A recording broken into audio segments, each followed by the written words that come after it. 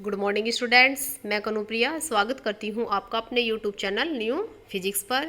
तो last video में हमने प्रकाश का परावर्तन कंप्लीट कर लिया था, जिसमें हमने प्रकाश का परावर्तन, अवतल दर्पण उत्तल दर्पण में बने प्रतिबिंब की स्थिति और आवर्धन गोलीय दर्पण में प्रतिबिंब बनाने के नियम, अवतल उत्तल के उपयोग और दर्पण के सूत्र को हमने पढ़ लिया था।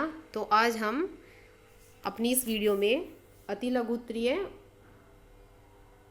प्रश्नों के बारे में चर्चा करेंगे, जो बहुत ही इम्पोर्टेंट है। ये मोस्ट इम्पोर्टेंट आपके लघुत्तरीय प्रश्न हैं जो आपके एग्ज़ाम में 2-2 नंबर पर आते हैं। तो देखिए, फर्स्ट जो आपका क्वेश्चन है, ये सभी मैं आपको करा चुकी हूँ नोट्स में, लेकिन यहाँ हम लघुत्तरीय प्रश्न के रूप में ही करेंगे, जो बिल्कुल वेरी शॉर्ट आंसर होते हैं वो किस प्रकार से आपको देने हैं।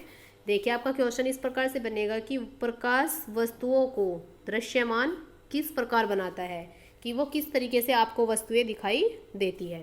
देखिए, मान लीजिए कोई भी वस्तु है कि अंधेरे कमरे में आपकी ये कोई वस्तु रखी हुई है यहाँ पर, और आप क्या करते हैं, जैसे ही आप कमरे में घुसे और आपने स्विच को ऑन किया यहाँ से, तो प्रकाश क्या होगा, इस वस्तु पर जाकर टकराएगा और जैसे ही परावर्तित होगा, परावर्तित होने के बाद वो आपकी आंखों पर पड़ेगा। जैसे ही आंखें उस प्रकार प्रकाश को एब्जॉर्व करेंगी, ग्रहण करेंगी, तो आपको क्या होगी, ये वस्तु दिखाई देगी। बस हमको उसी को ही थ्योरी में लिखना है। देखिए, लिखा हुआ है, जब कोई वस्तु उस पर पड़ने वाले प्रकाश को परावर्तित करती है, जो प्रकाश उसके ऊपर डल रहा है, जैसे आपने स्विच ऑन किया तो बल्ब से जो प्रकाश उस वस्तु के ऊपर गिरा, तो वो क्या करेगी, उसको परावर्तित करेगी। तथा यह परावर्तित प्रकाश जब हमारी आंखों द्वारा ग्रहण किया जाता है, जब हमारी आंखें इसको एब्जॉर्व करती है, तो हमें क्या होती है, हमें वस्तुओं को देखने योग्य बनाता है। तो वो प्रकाश हमें क्या करता है, वस्तुओं को देखने योग्य बनाता है। तो इस तरीके से आपको इस तरीके से इसका आंसर देना है। तो नेक्स्ट चलते हैं क्वेश्चन नंबर 2। दर्पण की वक्रता त्रिज्या तथा फोकस दूरी में क्या संबंध है। तो उत्तर में लिखेंगे, दर्पण की फोकस दूरी f जो होती है वो वक्रता त्रिज्या बटे 2 होती है। लास्ट वीडियो में मैंने आपको समझाया था कि जो आपकी वक्रता त्रिज्या होती है वो कुछ इस प्रकार से होती है कि आपने क्या किया, एक अवतल दर्पण लिया, मान लीजिए आपने इस अवतल दर्पण को इस खोखले गोले से क्या किया था, कट किया हुआ है। तो ये केंद्र जो होगा, ये इसका वक्रता केंद्र होगा। ये यहाँ दर्पण का ध्रुव P होता है और यहाँ होता है F।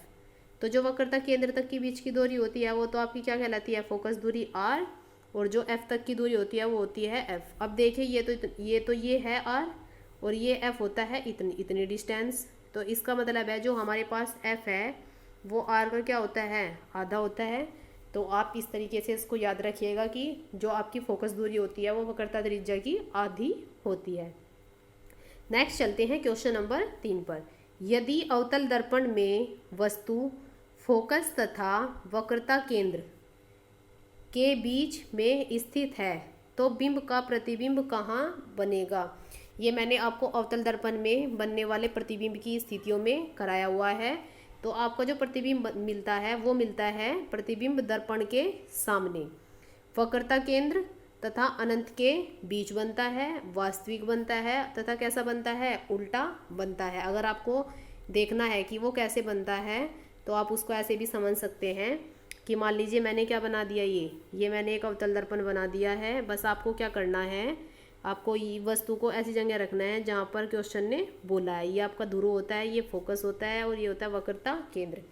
देखिए, फोकस और वक्रता केंद्र के बीच, ये आपका फोकस है, ये आपकी वक्रता केंद्र है। तो आपने वस्तु को यहाँ रख दिया है।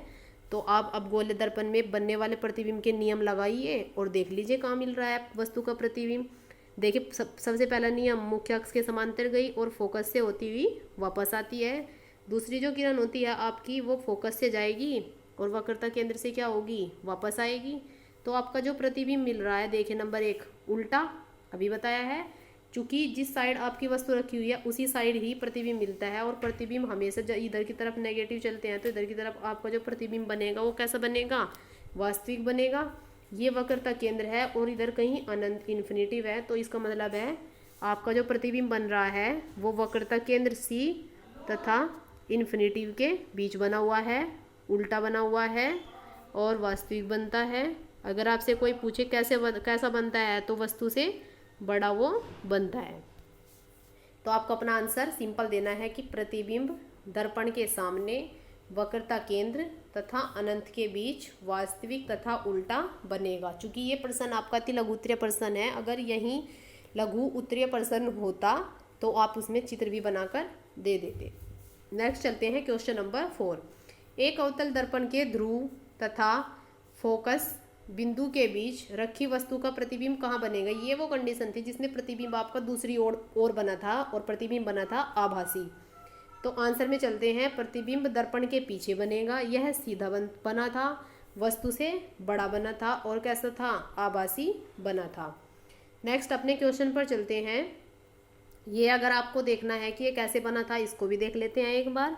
ये आपका अवतल दर्पण है। वैसे तो मैंने आपको ये स्थिति बाय डिटेल कराई हुई है, लेकिन फिर भी जो वीडियो नए बच्चे देख रहे हैं वो ध्यान दे। दर्पण का ध्रुव P, फोकस F, वक्रता केंद्र C। ये दर्पण का ध्रुव है यहाँ और यहाँ है फोकस F। तो P यहाँ कोई वस्तु रखी हुई है तो सबसे पहले मुख्य अक्ष के समांतर कोई किरण गई और फोकस से होती हुई वापस जो दूसरी किरण आएगी वो लंबवत जाके टकराएगी कहाँ से, वस्तु के शीर्ष से।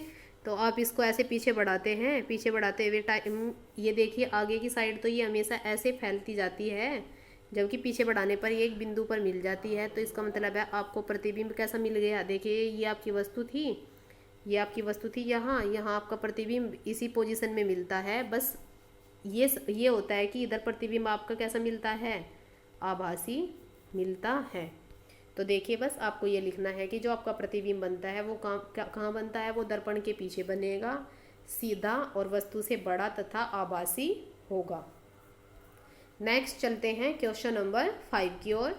समतल दर्पण की फोकस दूरी कितनी होती है। मोस्ट इंपॉर्टेंट क्वेश्चन है, कई बार एग्जाम में पूछा गया है। समतल दर्पण की फोकस दूरी होती है अनंत, इन्फिनिटी होती है, आप इसको याद रखिएगा। क्वेश्चन नंबर 6 आसान है बिल्कुल। गोलीय दर्पण के लिए परावर्तन का सूत्र लिखना है आपको, गोलीय दर्पण के लिए, क्योंकि वो अभी आगे आएंगे आपके पास। ये तो गोलीय दर्पण के लिए, गोलीय लेंसों के लिए भी आएगा। तो आपको गोलीय दर्पण का सूत्र मैंने लिखवाया हुआ है कि 1/f बराबर 1/v प्लस 1/u। आप चाहे तो आप इसमें ये भी दे सकते हैं कि f क्या होता है, u क्या होता है और v क्या होता है। f होती है आपकी फोकस दूरी, ये u होती है आपकी दर्पण के ध्रुव से वस्तु की दूरी और ये आपकी होती है दर्पण के ध्रुव से प्रतिबिंब की दूरी। नेक्स्ट चलते हैं क्वेश्चन नंबर 7 पर। ये भी मैंने आपको कराया हुआ है। सड़कों पर लगे लैंपों के ऊपर किस दर्पण का प्रयोग किया जाता है। भाई किस दर्पण का प्रयोग किया जाता है कि आपको क्या करना है, प्रकाश को फैलाना है। फैलाता कौन है, उत्तल दर्पण। तो आंसर में लिखते हैं सड़कों पर लगे लैंपों के ऊपर उत्तल दर्पण का प्रयोग किया जाता है, जिससे में प्रकाश को अपसारित करके एक बड़े क्षेत्र में प्रकाशित कर सके। तो इसको भी याद रखिएगा। और एक क्वेश्चन है, ये लास्ट क्वेश्चन है इस वीडियो का, मोस्ट इम्पोर्टेंट। किसी समतल दर्पण में वस्तु तथा उसके प्रतिबिंब के बीच की दूरी है 15 सेंटीमीटर। तो वस्तु दर्पण से कितनी दूरी पर रखी हुई है। भाई हल करते टाइम समतल दर्पण से बिंब की दूरी कितनी बराबर कितनी, प्रतिबिंब की दूरी।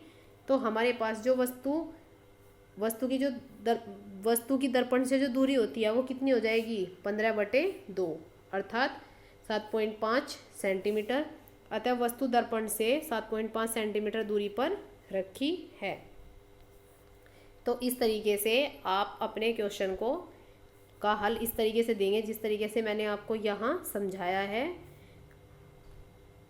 इसमें कुछ भी कन्फ्यूज़न वाली बात नहीं है।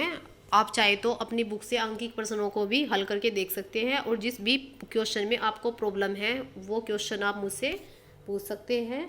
अगर आपको वीडियो अच्छी लगती है तो वीडियो को लाइक करें, शेयर करें और कमेंट करना ना भूलें। तो आज की वीडियो यहीं पर समाप्त होती है। धन्यवाद।